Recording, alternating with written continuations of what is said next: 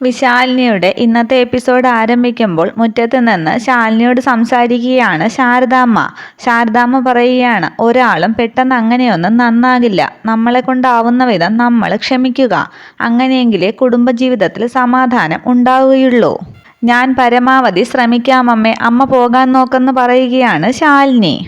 അന്നേരം ശാരദാമ്മ പറയുകയാണ്, ഞാൻ പോകാം, എന്നാലേ ഇതിനിടയിൽ ഒരു സന്തോഷ വാർത്ത നിന്നെ അറിയിക്കാനുണ്ട്. അതിനാണ് നിന്നെ ഇങ്ങോട്ടത്തേക്ക് ഞാൻ വിളിപ്പിച്ചത്.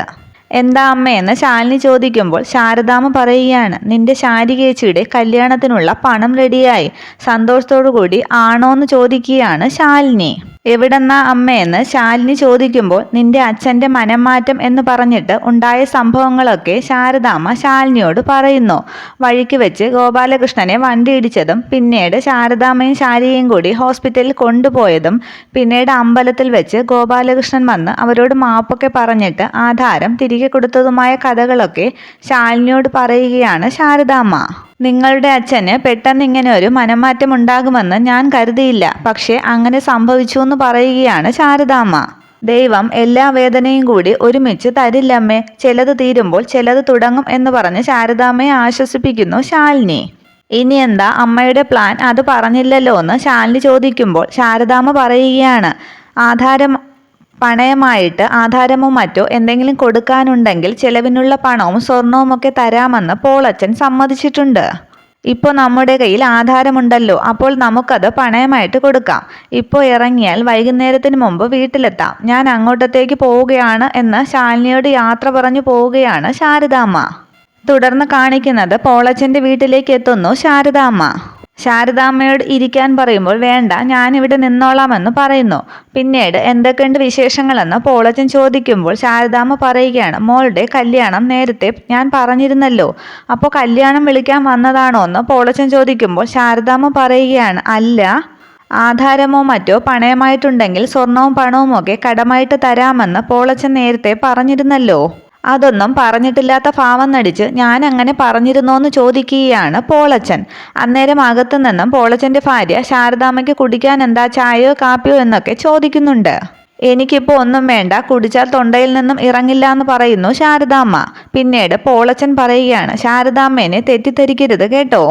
ഈയിടെയായിട്ട് എനിക്ക് മറവി വളരെ കൂടുതലാണ്. ഇടയ്ക്കിടയ്ക്ക് ഇവളുടെ പേര് പോലും ഞാൻ മറന്നുപോകുമെന്ന് പറഞ്ഞ് മേഴ്സിയെ ചൂണ്ടി പറയുന്നു പോളച്ചൻ. തുടർന്ന് ബാഗിൽ നിന്നും ആധാരമെടുത്തിട്ട് ശാരദാമ്മ പറയുകയാണ്, പോളച്ചൻ അങ്ങനെ പറഞ്ഞിരുന്നു. അത് വിശ്വസിച്ചാണ് ഞാൻ എൻ്റെ മോളുടെ കല്യാണം ഉറപ്പിച്ചത്. ഇപ്പോൾ ഞാൻ ആധാരം കൊണ്ടുവന്നിട്ടുണ്ട്. തുടർന്ന് ആധാരം വാങ്ങുന്ന പോളച്ചൻ മുൻപൊരിക്കൽ രാജേശ്വരി വീട്ടിൽ വന്ന് ശാരദാമ്മയെക്കുറിച്ച് പറഞ്ഞ കാര്യങ്ങളൊക്കെ ഓർക്കുകയാണ്. അതൊക്കെ ആലോചിച്ച് പോളച്ചൻ മനസ്സിൽ കരുതുകയാണ്, കൊടുത്താൽ കാശ് പോകും, എങ്ങനെയാണ് ഇതൊന്ന് ഊരിവിടുക? ഇത് വെച്ച് ശാരദാമ്മ എത്രയാണ് ഉദ്ദേശിക്കുന്നതെന്ന് പോളച്ചൻ ചോദിക്കുമ്പോൾ ശാരദാമ്മ പറയുകയാണ്, കല്യാണത്തിനൊരു 30 പവൻ സ്വർണം വേണം, പിന്നീട് ചെലവിനൊരു 10 ലക്ഷം രൂപയും. ശാരദാമ്മയുടെ ആവശ്യം ന്യായമാണ്, അതിനേക്കാൾ മൂല്യമുണ്ട് ഈ പ്രമാണത്തിന്. പക്ഷേ ഒരു പ്രശ്നമുണ്ടല്ലോ ശാരദാമ്മയെന്ന് പോളച്ചൻ പറയുന്നു.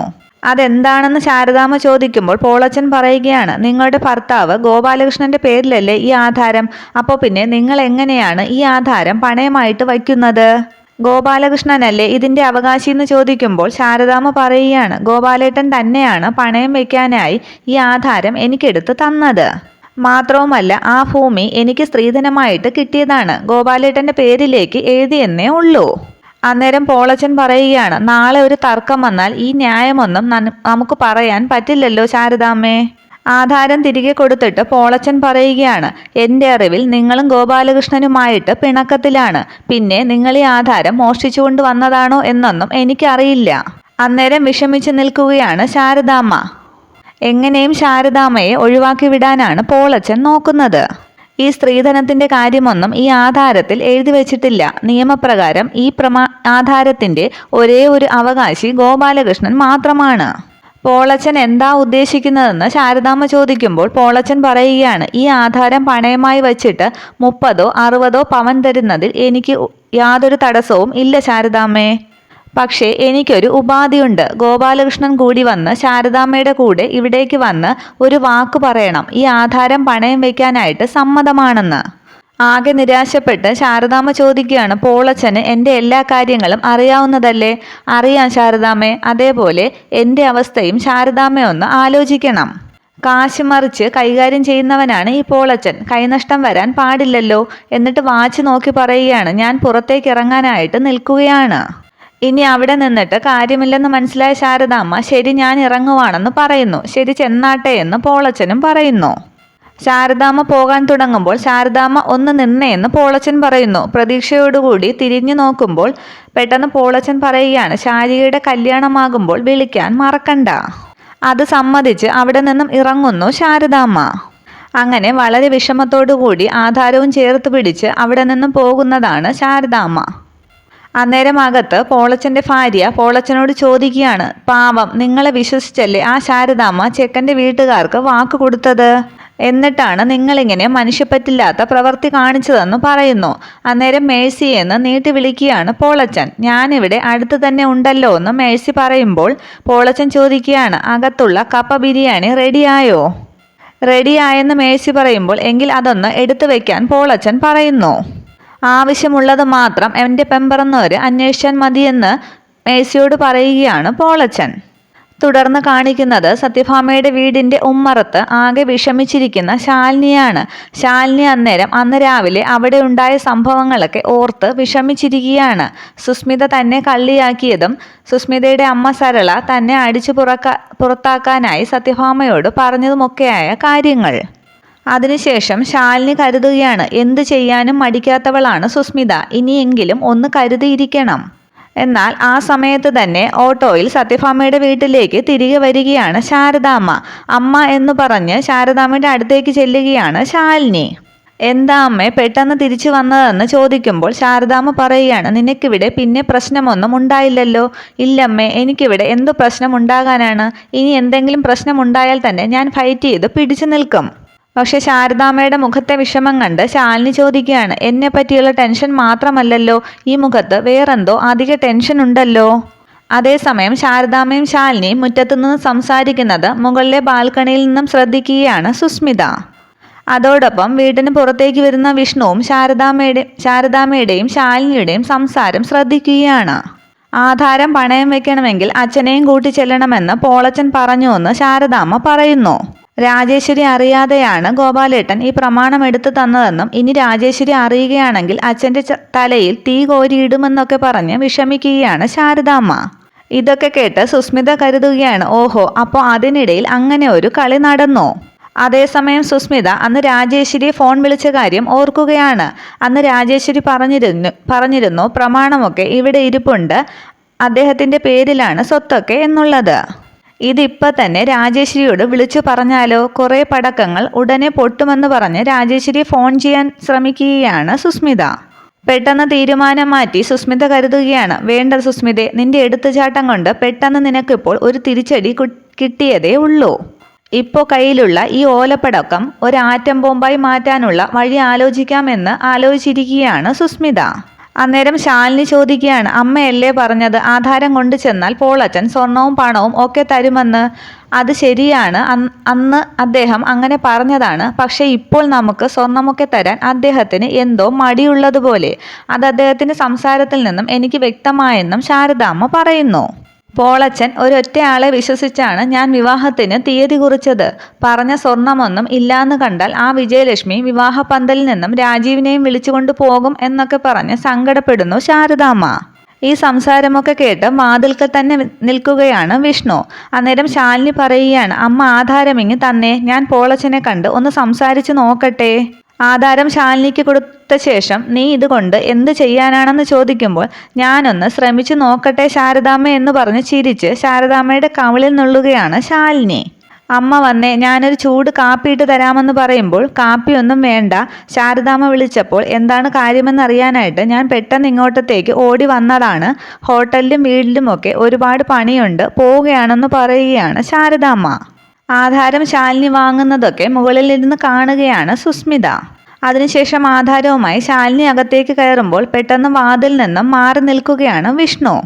തുടർന്ന് കാണിക്കുന്നത് ശാലിനി റൂമിൽ കട്ടിലിൽ ആധാരവും വായിച്ച് എന്തോ ആലോചിച്ചങ്ങനെ ഇരിക്കുകയാണ്. ആധാരം വായിച്ച ശേഷം ശാലിനി കരുതുകയാണ്, അപ്പോൾ അതാണ് കാര്യം. ആധാരം അച്ഛൻ്റെ പേരിലാണ്. അതുകൊണ്ടാണ് അച്ഛനെയും കൂട്ടിച്ചെല്ലാൻ പോളച്ചൻ അമ്മയോട് പറഞ്ഞത്. ഏതായാലും അത് നടക്കില്ലെന്ന് ഉറപ്പാണ്. ഞാൻ നേരിട്ട് ഇടപെട്ടാലേ എന്തെങ്കിലും നടക്കൂ. എന്തായാലും ഈ ആധാരവുമായി നാളെ പോളച്ചനെ ഒന്നുപോയി കാണാം. അതേസമയം ശാലിനിയെ ശ്രദ്ധിച്ച് റൂമിന് പുറത്ത് നിൽക്കുകയാണ് സുസ്മിത. തുടർന്ന് ശാലിനി പ്രമാണം ഒരു ഫയലിനകത്ത് വെച്ച് അത് അൽമാരിക്കകത്ത് വെച്ച് പൂട്ടുകയാണ്. ഇതൊക്കെ ശ്രദ്ധിച്ച് വെളിയിൽ തന്നെ നിൽക്കുന്നു സുസ്മിത. വാതിൽക്കൽ നിൽക്കുന്ന സുസ്മിത കരുതുകയാണ്, ഓഹോ അത് ശരി, അപ്പോൾ ആ ആധാരം പണയം വെച്ചാൽ അവളുടെ ചേച്ചി ശാരികയുടെ വിവാഹം നടക്കും. അതെങ്ങനെയാ ഒന്ന് മുടക്കുകയെന്ന് നോക്കണമല്ലോ. എന്തെങ്കിലും ഒരു വഴി തെളിഞ്ഞു കിട്ടാതിരിക്കില്ല എന്നൊക്കെ വിചാരിക്കുകയാണ് സുസ്മിത. തുടർന്ന് വിഷ്ണു സത്യഭാമയുടെ റൂമിലേക്ക് ചെല്ലുകയാണ്. അമ്മ എന്നെ അന്വേഷിച്ചിരുന്നോ? അതെ, അന്വേഷിച്ചിരുന്നു. നിന്നെ ഒരു റിയൽ എസ്റ്റേറ്റ് കമ്പനിക്കാർ വിളിച്ചോ എന്ന് സത്യഭാമ ചോദിക്കുന്നു. വിളിച്ചിരുന്നു, പക്ഷെ ഞാനവരോട് പറഞ്ഞത് അമ്മയോട് സംസാരിക്കാനാണ്. എന്നോടവർ സംസാരിച്ചു, പക്ഷേ ഈ ഭൂമിയും വീടും വിലക്കെടുക്കാനാണ് അവരുടെ ആവശ്യം. മാർക്കറ്റ് വിലയേക്കാൾ 1 കോടി അധികം തരാൻ തയ്യാറാണെന്ന്. എന്നാൽ അതേസമയം ശാലിനിയുടെ റൂമിൽ നിന്നും താഴേക്ക് വരുന്ന സുസ്മിത ഇവരുടെ ഈ സംസാരം ശ്രദ്ധിച്ച് അവിടെ നിൽക്കുന്നു. അവരിവിടെ സമീപത്തുള്ള ഭൂമിയൊക്കെ വാങ്ങിയിട്ടുണ്ട്, എന്തോ റിസോർട്ട് പ്രോജക്റ്റാണ് എന്നൊക്കെയാണ് പറയുന്നതെന്ന് വിഷ്ണു പറയുന്നു. എന്താ നിന്റെ അഭിപ്രായം പറയടാന്ന് സത്യഭാമ പറയുമ്പോൾ ചിരിച്ച് വിഷ്ണു പറയുകയാണ്, അമ്മയല്ലേ തീരുമാനമെടുക്കേണ്ടത്, ഞാൻ എന്തു പറയാനാണ്. അന്നേരം സത്യഭാമ തീരുമാനം പറയുകയാണ്, എന്നാൽ കേട്ടോ, ഒരു 100 കോടി തരാമെന്ന് പറഞ്ഞാലും നമ്മൾ ഈ വീട് വിൽക്കുന്നില്ല. സ്വന്തം അധ്വാനത്തിൽ നിന്റെ അച്ഛൻ ആദ്യം പണി കഴിപ്പിച്ച വീടാണ് ഇത്. അദ്ദേഹം തന്നെ പ്ലാൻ ചെയ്തത്. ഈ വീട്ടിലേക്കാണ് അമ്മയെ അച്ഛൻ ആദ്യമായിട്ട് കൈപിടിച്ച് കൊണ്ടുവന്നത്. നീയും പ്രീതിയുമൊക്കെ ഓടിക്കളിച്ച് വളർന്നതും ഇവിടെ തന്നെയാണ്. നിങ്ങൾ പിച്ചവെച്ച് നടന്ന മണ്ണാണ് ഇതിന് ചുറ്റുമുള്ളതെന്നതൊക്കെ സന്തോഷത്തോടു കൂടി സത്യഭാമ പറയുമ്പോൾ വിഷ്ണു പറയുകയാണ്, അത്രയ്ക്ക് സെന്റിമെന്റ്സ് ഉള്ള വീടാണെങ്കിൽ നമ്മളിത് വിൽക്കുന്നില്ല. പിന്നെ അവരൊരു പ്ലോട്ട് കണ്ടുവച്ചാൽ എങ്ങനെയും വാങ്ങിച്ചെടുക്കുന്ന ഒരു ഗ്രൂപ്പാണ് അവരുടേത്. ചെന്നൈ നഗരത്തിലെ നല്ലൊരു ഭാഗവും അവരുടെ കയ്യിലാണെന്നാണ് പറയുന്നത്. പണം കൊണ്ടോ ഭീഷണി കൊണ്ടോ സ്വാധീനം കൊണ്ടോ എല്ലാം അവർ കൈക്കലാക്കും. അതൊക്കെ അവിടെ. പക്ഷെ ഇവിടെ ഇപ്പോൾ കണ്ടുവച്ചിരിക്കുന്നത് സത്യഭാമയുടെ മണ്ണാണെങ്കിൽ ഇതിവിടെ നടക്കില്ല വിഷ്ണു എന്ന് പറയുകയാണ് സത്യഭാമ. വിഷ്ണുവിൻ്റെയും സത്യഭാമയുടെയും ഈ സംസാരമൊക്കെ ശ്രദ്ധിച്ച് എന്തോ പ്ലാൻ ചെയ്യുകയാണ് അന്നേരം വാതിൽക്കൽ നിന്ന് സുസ്മിത. ഇത്രയുമാണ് പുതിയ എപ്പിസോഡ് വിശേഷങ്ങൾ. വീഡിയോ ഇഷ്ടമായെങ്കിൽ ലൈക്ക് ചെയ്യുക, കമൻറ്റ് ചെയ്യുക. Okay, thank